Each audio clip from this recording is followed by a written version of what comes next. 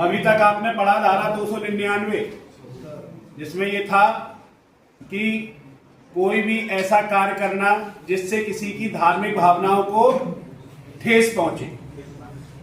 अब आगे बढ़ते हैं इसी क्रम में धारा 300। धारा 300 कहती है धार्मिक जमाव में विघ्न डालना। तो यहां धार्मिक जमाव समझ लीजिएगा, अगर रामलीला हो रही है, रासलीला हो रही है या कोई धार्मिक आयोजन हो रहा है, वो सब इसमें शामिल है।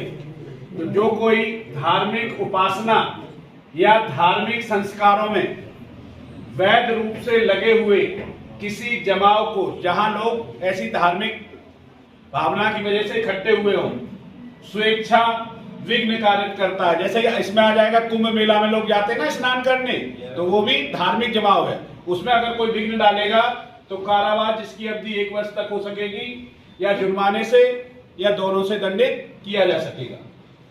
इसी क्रम में आगे बढ़ते हैं।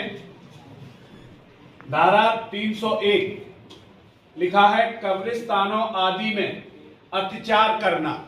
यहां कब्रिस्तान की जहां बात हो रही है तो केवल कब्रिस्तान ही नहीं शामिल है, इसमें अंत्येष्टि अंतिम क्रिया करने के जितने भी स्थल हैं वो सारे के सारे भी होंगे, चाहे वो किसी भी धर्म से रिलेटेड हों।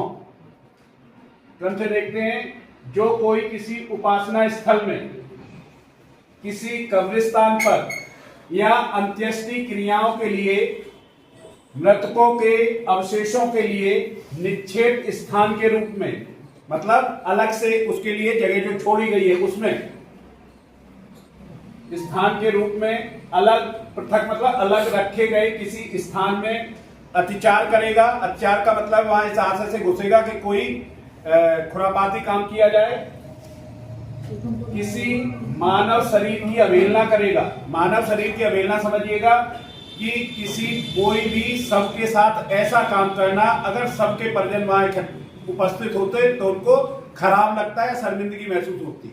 वो तमाम इसने बताया कि कोई था, वो उनका सबों के साथ बलात्कार करता था, या कोई मान लो इस तरह का कोई भी काम जो आप सोच सकते हैं जो उसके परिजनों को, सबके परिजनों को खराब लगेगा, तो मानव सबकी अवहेलना हो जाएगी। या अंत्येष्टि संस्कारों के लिए इकट्ठे किन्हीं व्यक्तियों को विघ्न कारित करना, बाधा डालना, न करने देना, इस आशय से करेगा कि किसी व्यक्ति की भावनाओं को ठेस पहुंचाए या किसी व्यक्ति के धर्म का अपमान करे, या यह संभव जानते हुए कि ऐसा काम करने से तद्वारा किसी व्यक्ति की भावनाओं को ठेस पहुंचेगी या किसी व्यक्ति के धर्म का अपमान होगा। कोई ऐसा काम करता है तो उसे कारावास जो 1 वर्ष तक का हो सकेगा और जुर्माने से या दोनों से दंडित किया जाएगा। इतनी बात समझ में आई। धार्मिक भावनाओं को ठेस पहुंचाने के विमर्शित आशय से, मतलब विचार विमर्श करके ऐसा इंटेंशन बनाया जाए कि किसी की धार्मिक भावनाओं को ठेस पहुंचाने के लिए कोई शब्द उच्चारित करना आदि। शब्द उच्चारित करने का मतलब है बोल के या ऐसी आवाज करके।